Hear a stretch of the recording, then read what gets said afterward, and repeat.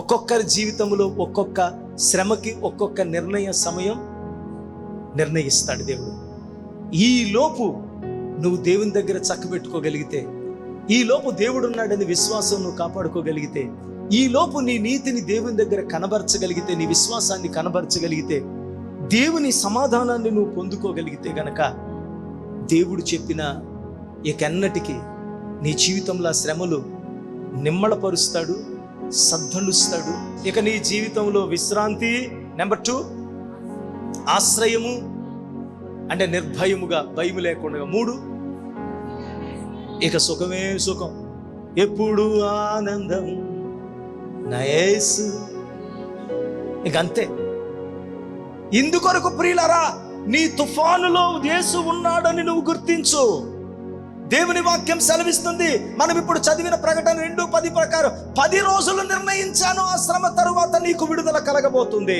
పేతురు మొదటి పత్రిక 1వ అధ్యాయము 6-7 వచనాలు. ప్రియులారా, వలన మీరు మిక్కిలి ఆనందించుచున్నారు, కానీ ఇదిగో అవసరమైన దాన్ని బట్టి నానా విధములైనటువంటి శోధనల చేత ప్రస్తుతమున కొంచెం కాలము మీకు దుఃఖము కలుగును. ఆమేన్. దాని తర్వాత, ఆ దుఃఖము తర్వాత ప్రస్తుత కాలమందు సమస్త విధియు మీకు దుఃఖకరముగా కనబడునే గాని వాటి యందు ప్రియుల అభ్యాసం కలిగిన వారికి నీతి అనే ఫలం ఇవ్వబోతుంది. చెప్పండి, ఏంటది? నీతి అనే ఫలం ఇవ్వబోతుంది. నీతి ఏమిస్తుంది?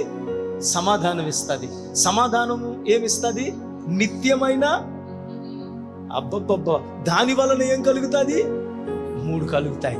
ఆమేన్, హల్లెలూయా. కీర్తన గ్రంథం 105వ కీర్తన 17వ వచనము నుండి 18వ వచనము.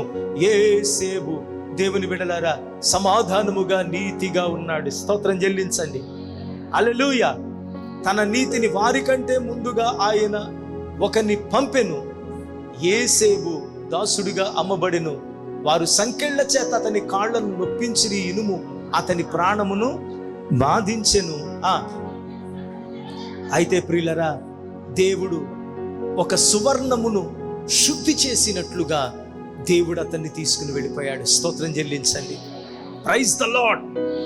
హల్లెలూయా. Praise the lord. నిన్ను కూడా దేవుడు శోధిస్తున్నాడేమో, పరిశోధిస్తున్నాడేమో. నీ జీవితంలో పరిపూర్ణత కొరకు తీసుకువెళ్తున్నాడేమో. తుఫానులు చెలరేగాయా, అనుకున్నది ఒకటైతే ఇంకొకటి జరుగుతుందా? దేవుని బిడ్డలు అనుకునే ఆటంకాలు కలుగుతున్నాయా? నువ్వు వెళుతున్న గాడిద మొరాయించిందా? అయ్యో దేవుని బిడ్డల కొన్ని సూచనలు నీ జీవితంలో కనబడుతున్నాయా? తుఫానులు రేగుతున్నాయా? సుడిగాలులు రేగుతున్నాయా? వీదురుగాలులు వీస్తున్నాయా? ప్రభు ఉండగా కూడా రాగుతున్నాయా? నువ్వు ప్రభు మీద ఆధారపడడం నీకు నేర్పిస్తున్నాడు దేవుడు. ప్రభు మీద నువ్వు ఆధారపడడం నేర్పిస్తున్నాడు దేవుడు. Praise the lord. దేవుడు నిత్యము నిన్ను ఆశీర్వదించి అభిషేకించి ఉన్నాడు. రక్షణ, విడుదల, ఆశీర్వాదం లేక వేదన పడుతున్నారా?